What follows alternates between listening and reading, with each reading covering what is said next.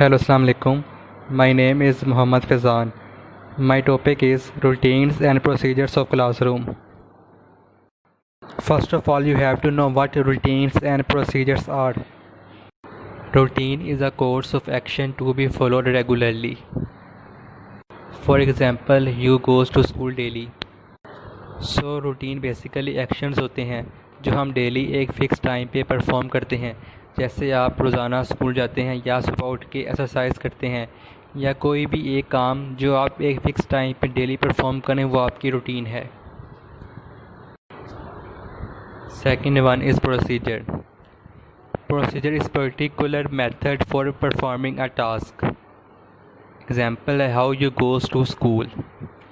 सो procedure किसी भी task किसी भी चीज़ को परफॉर्म करने का तरीका होता है। जैसे आप स्कूल किस तरह जाते हैं, आप सुबह उठते हैं, तैयार होते हैं, नाश्ता करते हैं, देन बस या कार पे बैठ के स्कूल के लिए निकल जाते हैं। आप step by step actions perform कर रहे हैं जो आपके स्कूल जाने का प्रोसीजर है। Now what is classroom routine? Routines are the backbone of daily classroom life. They facilitate teaching and learning. Routine हर क्लासरूम की ज़िंदगी के लिए बैकबोन होती हैं। ये टीचिंग और लर्निंग को फैसिलिटेट करती हैं। Routine don't just make your life easier, they save valuable classroom time.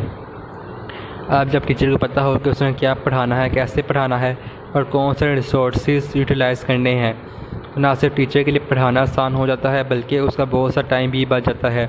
And what are most important, efficient routine make it easier for students to learn and achieve more. Routine ना सिर्फ teachers की help करती हैं बल्कि इससे students को भी बहुत फ़ायदा होता है कि वो इजीली अंडरस्टैंड कर सकें और ज़्यादा से ज़्यादा याद कर सकें। Benefits of routines. सबसे पहला बेनिफिट है गेस वर्क इज़ मिनिमाइज्ड। मतलब टीचर को ऑलरेडी पता होगा कि आज उसने ये काम करना है, वो गेस नहीं करेगा। Second one is minor frustrations and inconveniences are favour as opportunities for misbehaviour. और जो मिसबिहेवियर्स हैं, माइनर फ्रस्ट्रेशंस या इनकन्वीनियंस वो भी कम हो जाएंगे। Furthermore adding more responsibility and purpose is a way to boost morale. उसके अलावा टीचर रिस्पॉन्सिबल हो जाएगा कि मैंने आज ये काम लाजमी करना है और फिर उसका जो मोरल है वो भी हाई हो जाएगा। और आखिर में well educated routines also save time and lesson a teachers workload. अगर रूटीन का सही तरीके से इस्तेमाल किया जाए तो टीचर का जो टाइम है वो भी कम यूज़ होगा और जो उस पर जो बर्डन है वो भी कम हो जाएगा। Some important classroom routines. इसमें सबसे पहले ट्रांजिशन। ट्रांजिशन का बेसिकली मतलब होता है कि एक कंडीशन से दूसरी कंडीशन में चेंज होना। अब इसमें पहला पॉइंट है कि students coming in from the hall to begin formal instruction in class. कि स्टूडेंट जब हॉल से क्लास में आता है तो वह इंस्ट्रक्शंस को किस तरह से डिलीवर करता है। एंड अगला पॉइंट है whole class instruction to group work. कि वो अपनी क्लास को वो ग्रुप वर्क में किस तरह से लेके चलता है। मीन्स कि वह जब प्रेजेंटेशन दे रहा है तो वो सबको इन्वॉल्व कर रहा है कि नहीं। सेकेंड इम्पोर्टेंट क्लासरूम रूटीन में आता है मटेरियल। इसमें कि make your rules and procedures on the distribution and collection of materials, storage of common materials, teacher desk and storage areas and student desk। मतलब कि जो टीचर है वो मटेरियल को डिस्ट्रीब्यूट करने एंड कलेक्ट करने, उनको स्टोर करने और इसके अलावा जो मटेरियल है उसको टीचर अपने डेस्क में रखने और स्टूडेंट के डेस्क में रखने के लिए रूल्स एंड प्रोसीजर्स बनाए। इम्पोर्टेंट रूटीन्स में तीसरा पॉइंट है ग्रुप वर्क। इसमें पहले है movement in and out the group. कि चेक करना कि कौन सा स्टूडेंट ग्रुप ज्वाइन कर रहा है और कौन सा छोड़ रहा है। और फिर आगे expected behaviours of student in the group and expected behaviours of students not in the group. कि टीचर के बिहेवियर को ऑब्ज़र्व करना जो ग्रुप में है और जो ग्रुप में नहीं है उनके बिहेवियर्स भी ऑब्ज़र्व करना कि वह ग्रुप में ना होने की वजह से कैसा रिएक्शन दे रहे हैं। और फिर फोर्थ पॉइंट है टीचर लेड एक्टिविटीज़। इसमें है कि students attention during presentation. and students' participation. इसमें टीचर की एक्टिविटीज़ ये है कि वो स्टूडेंट्स को ध्यान से देखे कि वो प्रेजेंटेशन सुन रहे हैं या नहीं, उनकी अटेंशन कितनी है प्रेजेंटेशन के दौरान, और स्टूडेंट्स किस हद तक ख़ुद को इन्वॉल्व कर रहे हैं। ये टीचर को चेक करना है कि कौन सा स्टूडेंट प्रेजेंटेशन में कितना इन्वॉल्व है, वो कितने क्वेश्चंस कर रहा है। Classroom procedure. Procedures are a part of life. They are essential in society in order for people to function in an organized manner.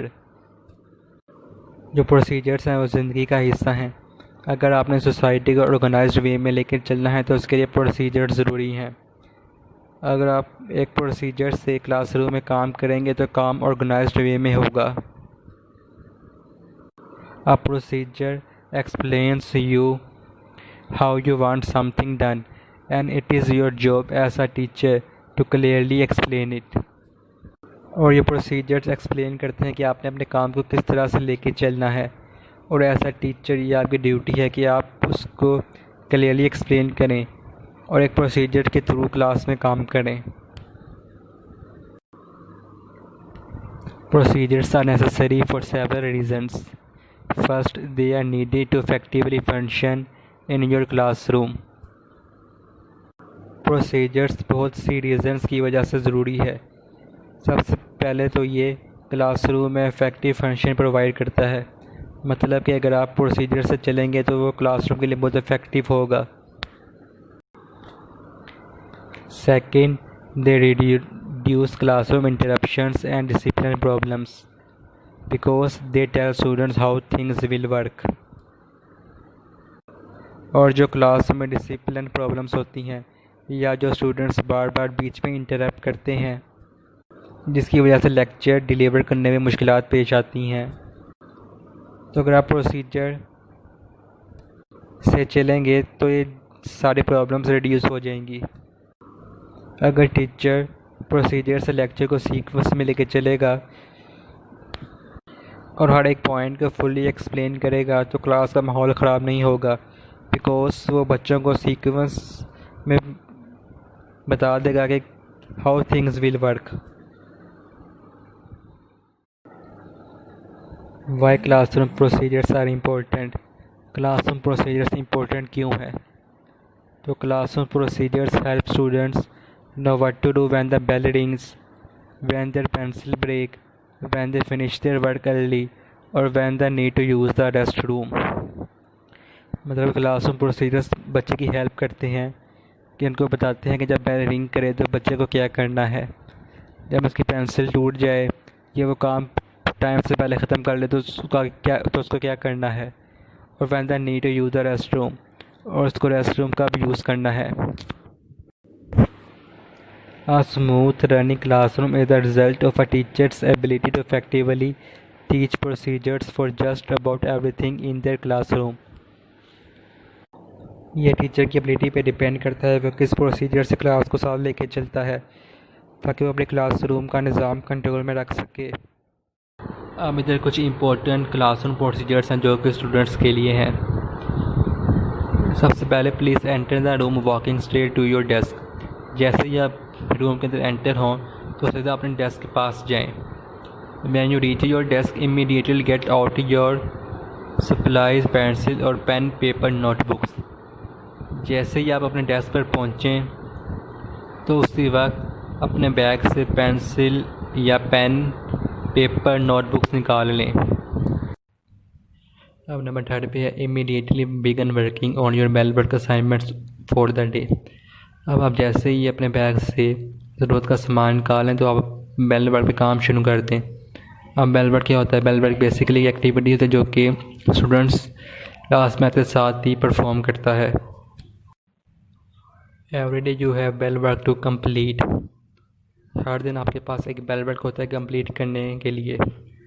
Bell work का बेसिकली पर्पस होता है कि स्टूडेंट्स को पहले से पता हो कि उसने क्लास में एंटर होते साथ ही कौन सी एक्टिविटी परफॉर्म करनी है। ऐसे स्टूडेंट्स पहले से ही मेंटली तौर पर रेडी रहता है। उसके बाद when you have finished bell work, be ready to discuss it as a class. जैसे ही आप अपने बेल वर्क को कंप्लीट कर लें तो आप उसको अपने क्लास फेलोज़ के साथ डिस्कस करें।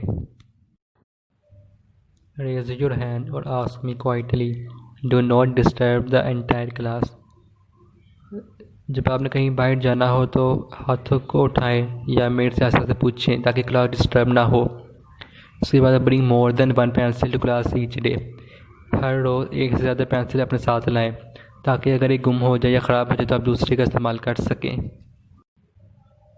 Before class begin, take the book from your bookshelf that has the same number as your desk. अब क्लास शुरू होने से पहले आप अपने बुक शेल्फ से जाके बुक ले आएँ। अब बुक शेल्फ का भी वही नंबर होगा जो आपके डेस्क का नंबर है। In the last 3 minutes of class, place the book back on the bookshelf। अब क्लास ख़त्म होने से 3 ही मिनट पहले आप बुक को वहीं रख दें जहाँ से आपने उठाई थी। अब लास्ट पे है when the bell rings, students will walk out of the classroom in an orderly fashion। अब जैसे ही बेल बजे स्टूडेंट्स एक ऑर्डर में लाइन बना के बगैर किसी शोर के क्लासरूम से बाहर चले जाएं। So that was my topic. Thank you for your listening.